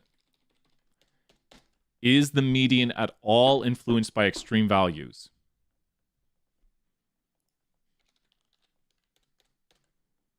No, because the median is the middle number. So the middle number is not impacted by things on the far sides of the ends. It's just the middle number. So if we have outliers, the median is resistant to outliers. So let's look at our question again right here. Be careful. It says the mean. You want to double check right here. If, and it doesn't say this, if it said the median is highly influenced by large outliers, would that be true or false? I'm pretending it says median right here. If it said the median is highly influenced, which yours could say, you got to make sure. I've made mistakes. If it said the median is highly influenced by outliers, what would you say? Well, right now it's true because the mean is, but the median is not. Does that make sense? I know I'm asking like a different thing on the screen, probably a bad way of doing it right there, but the median is not, the mean is. And go to our example right here where we were changing it and the median did not change. So the median is not influenced. The mean is influenced by large outliers. Very true. Should have 100. Let's do another version of this. Remember, we explain how to do these things right here. So we're showing the answers, but we're also explaining it for people wondering. All data needs what? Probably heard me say this 1,000 times. Should memorize it, know it like this. Every data we need statistics, or it's not statistics. Statistics is something we get from a sample. All data needs context. Parameters are the truth for a population. Like if we know all the observations, we'd know the parameter of interest. And a variable is something we collect on. A sample is used to make inferences about a population. Literally what we said over here when we took notes. Then a sample allows us to make inferences about a population. A researcher wants to estimate the grams of fat in milk. They separate the milk into groups. Whole milk, this, they select cartons from each group to measure. I gotta tell Terry, I don't know if this is supposed to be in here because I'm seeing a lot of the randomness on here. I need to tell him that we'll talk about these. I'm glad we're doing this right here because this is meant to be, because we've done a little reorganizing this semester and I'm like, I don't know why this is here. So they randomly select cartons from each group to measure the fat. Is he considering the carton a cluster? Oh, no, he's stratifying. Why is this here? Are we covering randomness this early? I'm going to look at the syllabus real quick.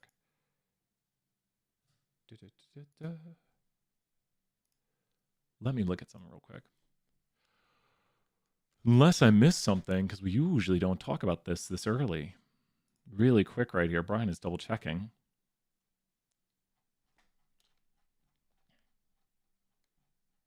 Because I'm going to have to talk to Terry.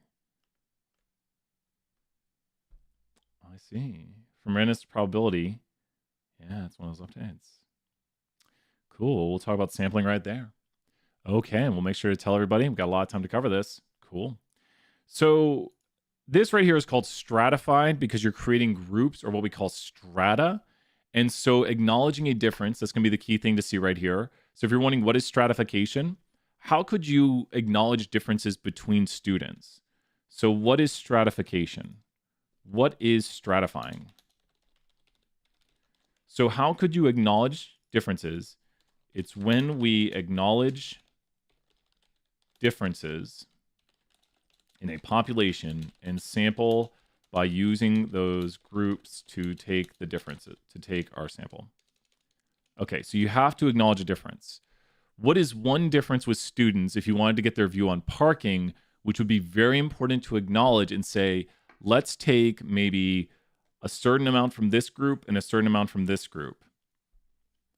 So if you were to sample students on parking, if you were to sample students to ask about parking, how would you stratify? So this is the idea of stratifying, stratified sampling.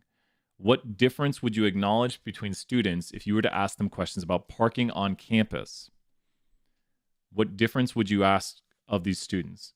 Like maybe I'll just go down to, it's like 8 p.m. at night, and I'll just go to the dorms and talk to those students. Is that a good idea? Would I get a good understanding of parking views if I just went seniority? That's a good. I like that, Nick. I'm gonna throw Nick some points.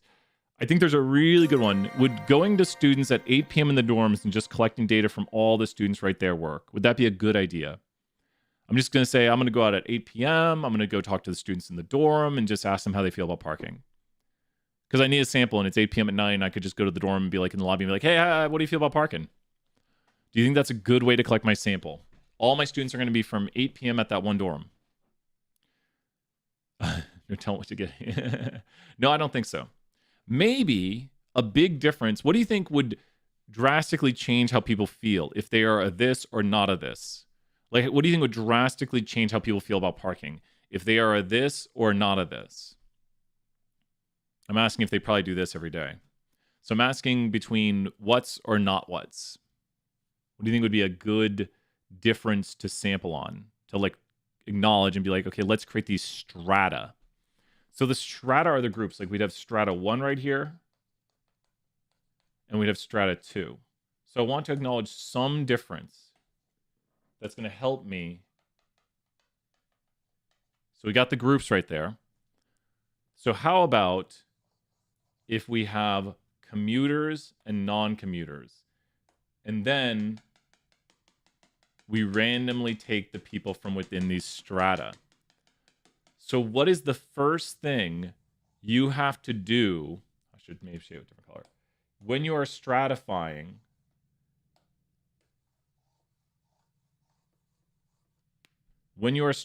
you must first what? When you are first stratifying, you must first do what? What I asked about the average shock rating. So think about it. Caitlin, a good question. Don't answer it yet, and I'll answer that one next. You got it, Caitlin. So wait on that one, and I'll tell you the answer to it. So what are you doing between your strata right here? I'm coloring it in so you can see the answer. You are doing what between the strata? Because this might drastically contribute to people's views. So you are doing what? It's up there in bold right there. Or not in bold, but highlighted. You are doing what when you stratify? To start, you have to start by, you are dividing the population based on a what? You are dividing it, and you're acknowledging a difference. You're like, okay, if we're going to talk to students about parking, maybe the commuters have a different view than the non-commuters. Does that make sense? Like logically, like you don't want to talk to just non-commuters, which you'd probably get if you went to the dorms at 8 p.m. So you're like, okay, students probably have a view on parking that is somewhat associated with their commuter status. So we are going to randomly take non-commuters and randomly take commuters. Just like when we look at the fat in milk, The fat in milk is highly based on what percent it is, like low fat, 2% whole milk. So we're stratifying by type of milk and then sampling cartons within randomly. So once again, take a look at this graphic right here that we've written out, where we are saying that we are starting by acknowledging a difference, like commuters, non-commuters, and then we're going to sample people randomly within there. This is technically a simple random sample within it. It's the only way to get it. To Caitlin's question right there, average chocolate rating, which we might have. Let me see if we have it first. We don't. Oh, we got this. The median is highly influenced by outliers. That is false. The mean is highly influenced by outliers. That is true. Let's see if we get it. And then, Caitlin, we're going to answer your question right here. So if you were to ask somebody average chocolate rating. So if you were to ask somebody average chocolate rating, so Caitlin, here's a piece of Godiva chocolate. Here you go. You got to take it. You take it. Good. I want you to rate that chocolate 1 to 10. Be careful. I can say, what is your rating? But give me the rating. And Sloan, give me your rating too. And Nick, give me your rating. So anyone watching, give me your rating to, I'm handing it through the screen right now. There you go. Pick it up. It dropped on the ground. It's fine. 5-second rule. So go ahead and pick it up and then make sure we're going to explain the answer right here, Caitlin. Caitlin gave hers an 8.4. Anyone else? Caitlin gave her rating an 8.4. 8.9. Now, what can we do with Caitlin and Sloan's values they just gave right there? What can we, 8.6, what can we do? Andrew gave an 8.7. Good to see you here, Andrew. Sorry, I didn't say Andrew. I was looking at the most recent names in chat. What can we do? We'll throw some 50 points out for all these answers. What can we do with those answers between like Caitlin and Sloan's answers? What can we do? Janeki gave an 8.5. You could take the average, or you could also take the what between them, which is something we talked about in class. You could take, think of a D word, you could take the what between them. You could say, oh, Sloan, your rating is 0.5 higher, a half a point higher. Does that make sense when I say that? If I say, Sloan, your rating is half a point higher, and I think that should help us identify what kind of variable this is. What kind of variable have we narrowed this down to for sure? We can take differences, right? So these are real numbers, right? So this is what specifically. If you want to get specific, especially since you did decimals, you have definitely told us this is a what variable and specific type, like a subtype within it, it's this. So what kind of variable is this specifically? It's a continuous quantitative variable. Yep, great job right there. It's a quantitative variable and it's continuous because it can have decimals. So quantitative, and then this is like, if you think about like, this is human and this is like male right here. It's like, you're still, continuous is still quantitative. It's just like a more specific type of quantitative variable, like a continuous quantitative variable can have decimals. So great job right there, Caitlin. And Caitlin, 50 points. That's exactly what we do during Canvas content. If you are stuck on one or double guessing yourself, then second guessing yourself, let us know. Average chocolate rating would be quantitative. Even though you can say, what do you rate this chocolate? You could say, how much of a score do you give it 1 to 10? You have to be careful because sometimes people say like, what is your income? Which is a fine way to ask it, but you could say, how much do you make a year? So sometimes the language issue can run into a play, but you never say like, how much is your shirt color? That doesn't make sense. So sometimes a lot of the categorical ones can't be phrased as I don't think there's a way to say them quantitatively. An identifier is a special case categorical variable, true or false. Definitely said this one a lot during class. An identifier is a special case categorical variable, and we had the notes open a second ago. Yes, true. And once again, I try to, like I said, I know it's on the test, so I put it down here under the categorical. It's a special kind, categories of 1. What type of variable best describes player ID? What do you think if you have player ID at the start? Player ID would probably never ever what in this data set. Like if this data set starts with player ID, and then we have like the height of the player, the weight of the player, the position the player plays, the club the player is a part of, the team the player is a part of. We might even have name over here. I guess we left off names. It never repeats, right? So if it never repeats, this is probably being used as a what?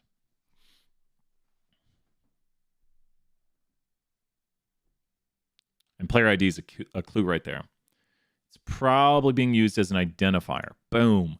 And also you could check by taking differences. The differences aren't meaningful. That eliminates quantitative. Categorical, if it did repeat, like your team can repeat, even though if we don't see it repeating here.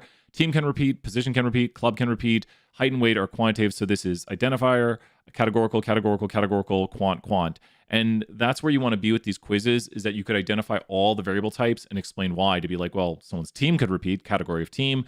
Position repeats, what position are you in? Club can repeat, what club are you in? How much is your height? How much is your weight? Quantitative. Cannot decide between the 31. That's a simple random sample. Boop. Can't it have ID and not be an? Yes. Like if we have item ID for what people order, that might repeat. But especially with the Amazon stuff, really, Maze, we got, or no, Maze was the name of the last person. Nick right there brings up a good point, especially seen in the notes, where this says Amazon store identification number, but this is for like a product ID that they're selling. So they could sell the same product, but they couldn't have the same order number. If you call Amazon and ask them about your order, you're going to only, the order would identify the order. But if we have a product you bought, the product could be bought by other people. Does that make sense? So there might be an Amazon store ID for the product, but even though it says identification number in it, it could repeat because two people can order the same product. The identifier in this is what is your order. So imagine if Amazon called you and like if you called Amazon, you said, I ordered Ben Folds 5 CD, and they're like, yeah, everyone's ordering those because Ben Folds 5 is awesome. Check them out. They would be like, they'd be like, that identifies you. One person ordered it. It wouldn't really be an identifier, but it might serve as one, we could say. Yep. So good questions right there, Nick. Sometimes things can say identification at the end. Just be careful. It has to not repeat. A lot of times identifiers are put where in a data frame. I can't promise you this, but where do you think we like to put identifiers in data frames? Where do you think we like to put identifiers in a data frame? It kind of makes sense logically. I can't promise you this, but where do you think we like to put identifiers? It makes sense logically, but I can't promise it. Logically, when you're creating a data frame, you usually put your identifiers where? In the front, the first row. So it just serves as an identifier. So if you look, you would see right here the identifier for that row and be like, oh, there's the original row. So if you took a random sample, you could tell, or yeah, so usually you're going to put the identifier at the start, usually. Can't promise it, but it's good practice. The IQR right here is the difference between Q1 and Q3. Really great graphic to remember this, and this is why, I don't know, I've been doing this a while, and when I realized this, how many quarters are in a dollar? So if you have a dollar bill, how many quarters are in it? Let's talk about what the IQR is here for a moment. And I hope you'll get in this 10 out of 10s. There's 4 quarters in a dollar. Worth some 20 points right there. So if I asked you for the interquarters,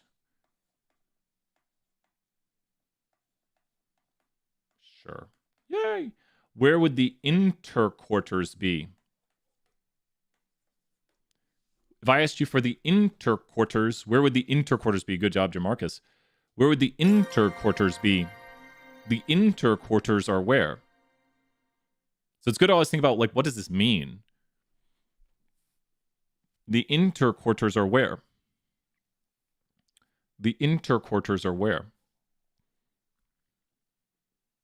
Where's the interquarters? The inter ones. So we're looking for quarters that are the inter, not the outer. I'll give you a hint. These are the outer. Where are the inter? Where are the inter quarters? The middle two? What percent of the data is the interquarters? It makes up the interquarters. We'll talk about range here in a second. The interquarters make up how much of the data? Answered. So won't be before. Don't answer this yet. I'll explain why. So how many quarters have you added up at this mark right there? At that first mark, I want to know how many quarters have you added up. And great job right there, Nick and Sloan and everyone practicing and Jamarcus. How many quarters have you added up at this mark? I want to know how many you've added up. How many quarters have you added up right there? How many quarters have you added up right there? Like if you're right here at the very start, how many quarters have you added up? If I said I want you to start adding, and I want you to start here, how many have you added up? You're here. You haven't gone through it yet. 0. So right here you had 0, right? Now you're at what? I'll do the ones after this because you'll see. At that next mark, you're at where? How many quarters have you added up at that line right there? At that line right there, you've added up how many? 25 cents, which is 1 quarter, right? Does that make sense? Here you've added up 2, 3, and 4. Does this all make sense right here so far? So think about this. If we were to have data, and the data was something like people's ages, and it was like 19, 20, 21, 23, 29. What would you call the lowest age in the data set? The lowest age in the data set would be called what? The lowest age in the data set would be called the what? I'll give you a hint.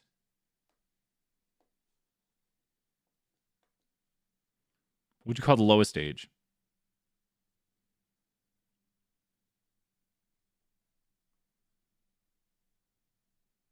What would you call the lowest age? The minimum. What would you call the highest age? What would you call the highest age? You can do the 3 letters.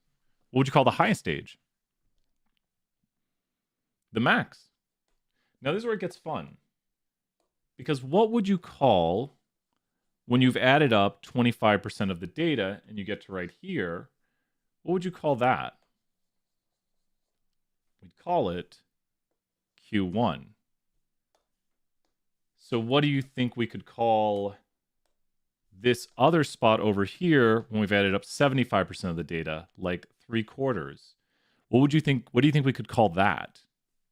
What value do you think we could call that? What could we call that? I'd probably call that what? Hint, no trick question right here. It's the same sort of idea. When you've added up 3/4 of the data, we can call that what?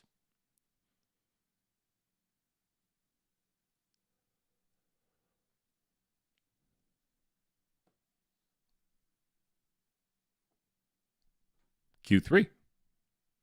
What number is in the middle of the data? If you're at the very middle of the data, you could call it Q2, but the number at the middle of the data is often called the what value? The middle number is often called the median. And you've just done the 5-number summary. So if you're looking at data right here, we'll look at data really quickly, and we might have the miles per gallon of a car. So empty cars. These are miles per gallon of cars right here, and we've got about 34 values or something. You can see the min. Here, let's sort them so it's easier to see. Okay. So here are the miles per gallon of a car. Can you tell the min and the max pretty quickly looking at this data? Just mention the min or the max. Be like, oh, the min is this, the max is this. The min is this, the max is this. So these are just telling you this is in position 1, this is in position 28. What's the minimum value of a car's miles per gallon in this data set? So just look at those values on the screen. What's the minimum? What's the maximum?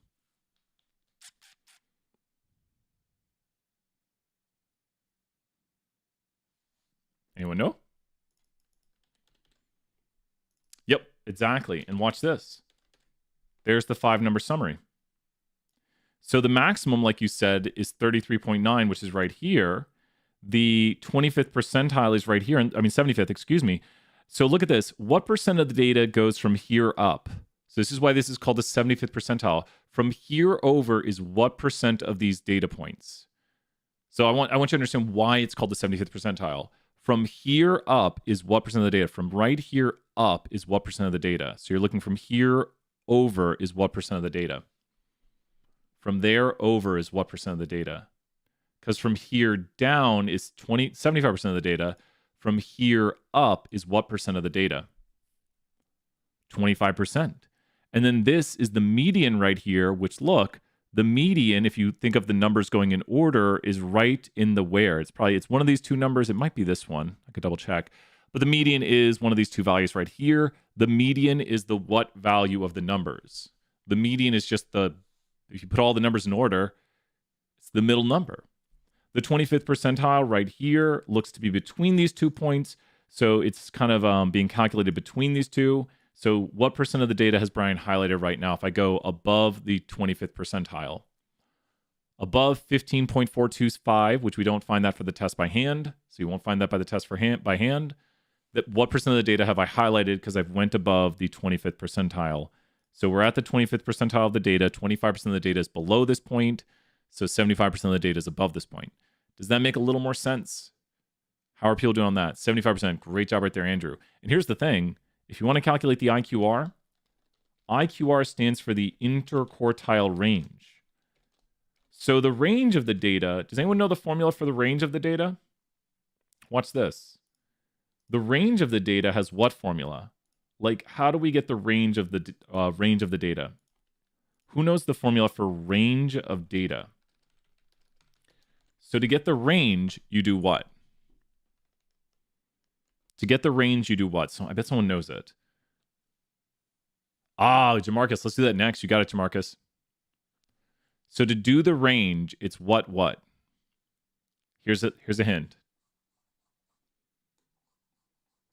Max minus min. Do you have a guess of the formula for the interquartile range? So this is where we're getting to, and hopefully we have the knowledge here. What do you think is the formula? And I've highlighted a lot right here for the interquartile range. So the interquartile range is what? Now you don't have to solve it. I just want the formula for it. So think about how the range is the max minus the min. What would be the interquartile range? Q3 minus Q1. What is the interquartile range down here for this data set? So down here for this lower data set, what is the interquartile range? One color for that. What is the interquartile range of this data set down here? It's 3, and the range is simply what? The range is 10. So the interquartile range is the range of the middle 50%. It's how far apart is the middle 50%. Who feels like they understand this topic right here? That it's just the range of how far away the 25th to the 75th is. So you would just subtract those two numbers up there. Who will highlight it? It is highlighted, those numbers there. But better yet, why I love coding is you just type IQR and it tells you it. You could do it manually like this right here. Take Q3 minus Q1 and you would have the answer right there. But you can just say, what's the IQR? So the IQR is the difference between Q1 and Q3, the 25th to the 75th. Think of this, 75% minus 25% is how much? 50%. The least likely type of crime, that little tiny orange square, violent, that is a pie chart for categorical data. Okay, so left and right skewed. We'll see if we get that in our quiz right here, Jamarcus, and we'll do it. So left and right skew. Oh, there's the average chocolate rate in quantitative. She has really visited 12 classrooms. This is going to be a cluster sample. I might talk about that next. Oh, good. So here, Jamarcus, this is one of my favorite things to talk about right here with left and right skew. Are you ready? So when we talk about left skew, we have a saying in this class. Right to the high, left to the low, whatever way the monster man's tail goes. So here we go. You ready? Right to the high, left to the low, whatever way the monster man's tail goes. Oh, we need better colors than this. Can't see that. Let's go green. Okay, tell me right here. Which way does the monster man's tail go? Thank you so much. Right to the high, left to the low. Which way? So this is right. And this is the high side of the numbers. Left to the low. What way does the monster man's tail go? Here's monster man right here. So right to the high, left to the low, whatever way the monster man's tail goes. Right to the high, left to the low, whatever way it goes to the left. Jamarcus right there with some 50 points. Great question, Jamarcus. And good way to remember it. This is also the negative side. I know its negative numbers are down here. This is the more positive side. So this is sometimes called negative skew, is left skew. Just a additional thing which we don't often say is left skew is negative. And what we can do in jump right here is you can look and think about this. If you draw a monster man on this graphic, which way does the monster man go over here? Which way does this monster man have his tail? He's always looking at his tail over there if he draws eyeball like that. So what would you say right here? This is what skew? This is right skew. So with this right here, which of these metrics will generally follow the skew? The median or the mean? So the median is right here. And the mean is the center of the diamond. Blank follows skew. So which of these values follows the skew? So which of those values is will follow the skew of the distribution? Which of those values follows the skew? And you can see it up there at the top. Here, we'll zoom in on this. So which of these values follows the skew? Which value the mean follows the skew, because the mean's influenced by outliers. So if there's high values or it's pulled in one direction, the mean's going to get pulled in that direction with it. Now, what's really great is a lot of times we don't even have to ask which way it's skewed in statistics, because remember how I said positive skew is right skew? We can actually customize summary statistics and ask the skewness, and right here, it has positive skew. Now, if skew was 0, the distribution would look how? If skew was 0, then the distribution would look how? If skewness was 0, which means it has no skew, the distribution would look how? If skewness was 0, and this is as close as I can get to 0,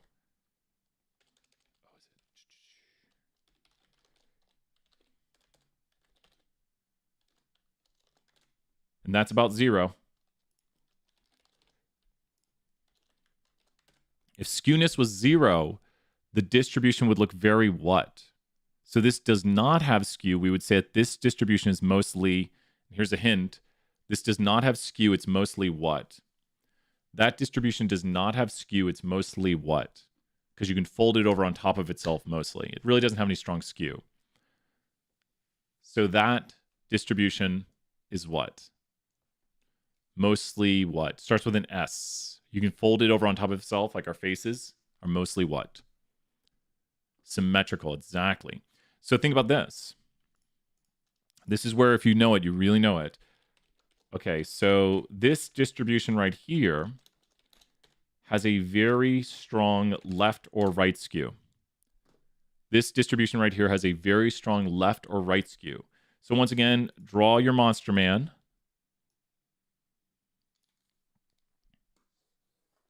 And you go here. Goofy monster man. We gotta give him his monster man tooth. There we go. This distribution has a very strong left or right skew. Right, because this is the high side. The high side goes towards the positive numbers. So if you check the skewness with a statistical software, it'll tell you positive skew. Now, if you were to have right here, I think I can just go here to random exponential. Is it times -1? No, oops. That won't do it, right? Oh, it did it. So now notice the skew is negative. Does that make sense? This is a left skewed distribution going to the low side. But I will say this. Here's where people get tricked. This is where people make mistakes. So I'm going to show you an error people make. Let's look at one last thing here called a stem and leaf. A stem and leaf is another way to display quantitative data. This is where people get tricked on skew. I don't remember if we have a test question like this, but I'll do it. Be careful. These are the ages. We've already analyzed this data. Is this monster man skewed to the left or to the right? There's the monster man tail. So is that, and we'll talk more about stem and leaves, but is that a left skew or a right skew? Yes, Janeki right there. And why is it right skew? If you remember the saying, you'll get it right on this. The saying will help out a lot. And I'll show you why sometimes people say left on this. So why is it right skew? Because right to the high, left to the low, whatever way the monster man's tail goes. A lot of people will take this graphic and do the following and say it's left skew. Why is this wrong? And we'll talk more about stem and leaves during next class, but look at the number line. Why is this wrong right here? This is not left skew, because right to the high, these are the high numbers. The number line is currently what right here? The number line is reversed. It should go 1, 2, 3. I know it looks weird now, but the numbers go low to high because if you have it reversed like this, you will think it's left skewed, but this is the high side of the numbers, and you've reversed your number line by just dropping it. So in truth, we need to have it facing this way, and you can clearly see it's right skew. If you're wondering, this is the exact same data we just analyzed moments ago when we were doing the age, and we do see that it's right skewed. This is the same data. You can literally select observations in here, and it'll show you where they're at. The stem and leaf actually shows you the numbers and is a quantitative display of univariate data up there, stem and leaf in the top left corner. Did anyone who has those 10 out of 10s? We've done a lot of work on this, covering the topics. This is left skew. This is cluster. Might go into detail on that. A sample is collected to make inferences about a population.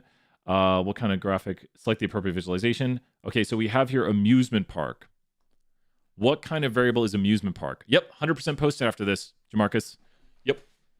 What kind of variable is amusement park? What kind of variable is amusement park? So to answer this, you have to think, what kind of variable is amusement park? You only have to put one letter in the chat, C, Q, or I. And we really don't do much with I's except identify. What kind of variable is amusement park? Hey, what's up, C? Let me. Is that Colin? Which C is this? He's very kind of you. So, what kind of variable is amusement park? Amusement park is a what kind of variable? Like which amusement park or what amusement park did you go to? Yeah, it is. Good to see you. Some pixie dust there. Good to see you, Colin, like from Disney, if you don't know. So I was like, I think I know who that is. Love all the positivity. Start of a new semester. First office hours of the semester. Amusement park. Like if someone goes to Disney, which that's where they should go. Is Disney not even on here? What are we doing? What amusement park would it? What would the variable type be?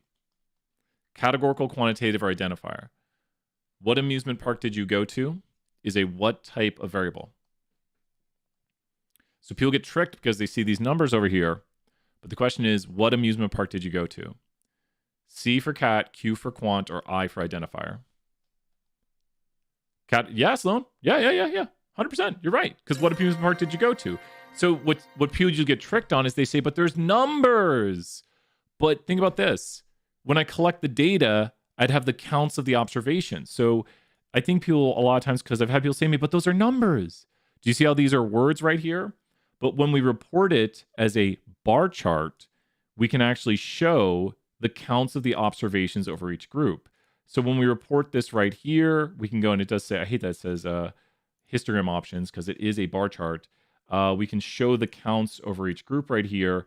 And there you go. That is a bar chart showing you the counts of the observations. So the question is still, what is your economic political view? But the counts of the observations are like 3 people said very liberal, 33 people said liberal. Now, is this a ordinal or nominal variable? And the way I'm displaying it should tell you. Is this an ordinal categorical or nominal categorical? Nominal means it has no order to it. Ordinal categorical means the categorical variable has some inherent order when we report it. Like we should put it in an order.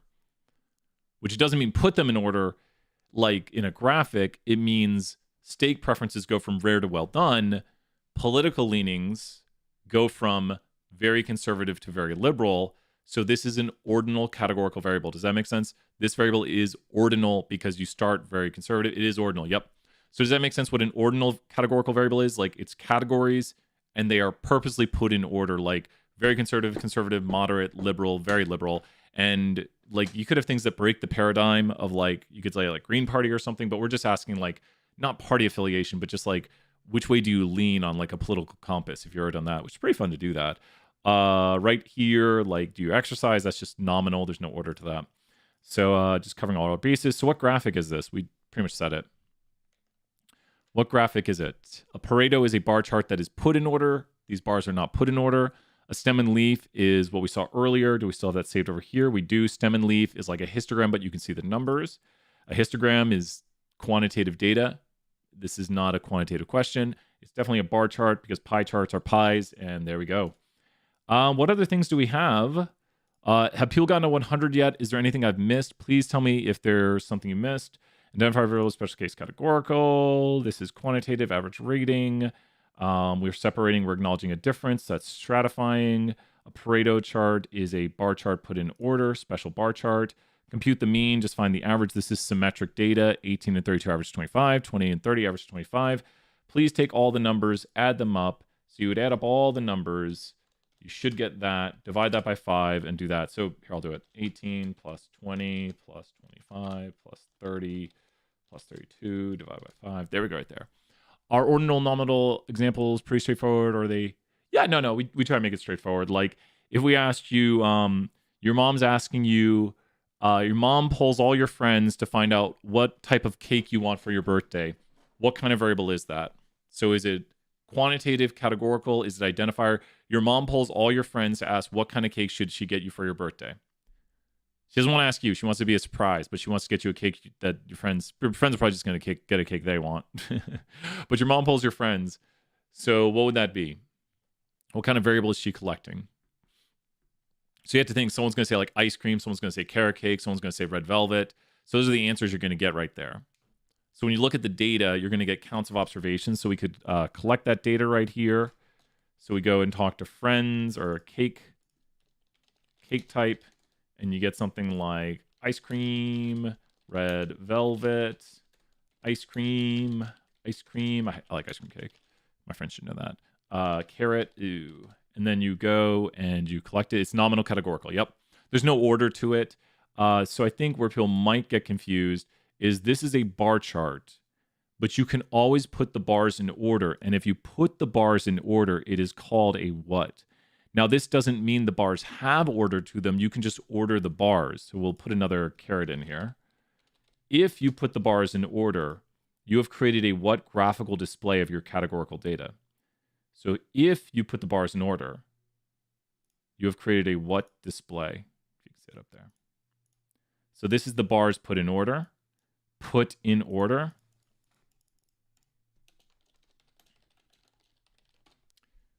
So a Pareto plot is a bar chart put in order. Does that make sense? And great answer, Andrew, right there. More points in the chat. So it's the same data. You haven't changed the type of data. You can go into Jump and change it. If you want to make it ordinal, you have to click here. And here, I'll show you. Might be easier if I zoom in a little bit.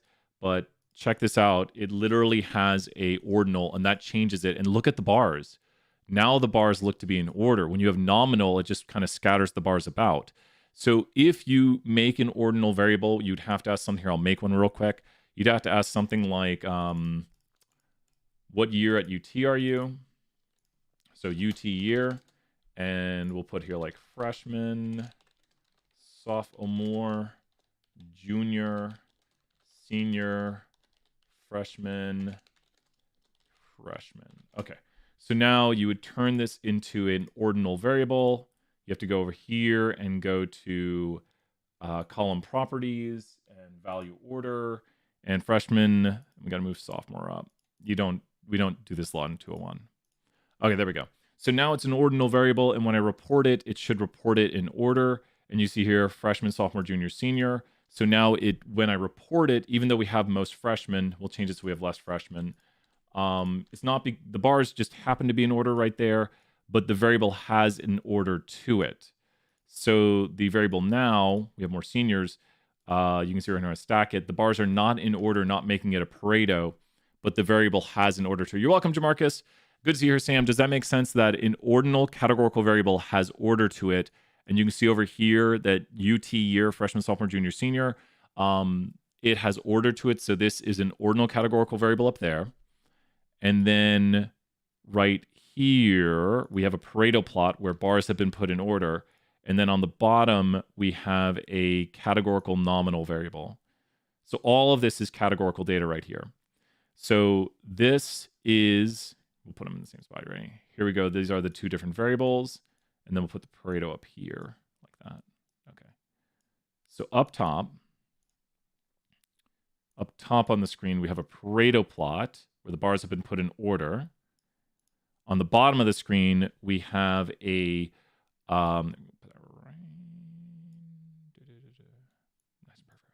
there you go, perfect. Got any? Oh, Colin, that's awesome. Yeah. Thank you so much, Colin. We love all the positivity. 50 points here. I'll be ending soon because I'm going to start up class in 30 minutes. So we have here a bar chart of ordinal categorical variable. We have a bar chart of nominal categorical variable. And we have a Pareto chart of the same data too, because the Pareto has put them in order, but there's no inherent order to carrot, ice cream, red velvet. The question itself has no order. Putting any sort of bars in order turns it into a Pareto. So a Pareto is a special case bar chart that's been put in order, where a bar chart is just the categories right here. But this categorical variable is ordinal because what year are you at UT has order to it, freshman, sophomore, junior, senior, and we put them in order here. It's not that the bars have been put in order. Well, that's got it. We'll do a little Star Wars ending here to end. Bye for now, everyone. Bye. We've almost got these new intros ready. We're almost there. This has been going for like 20 hours. This ends now.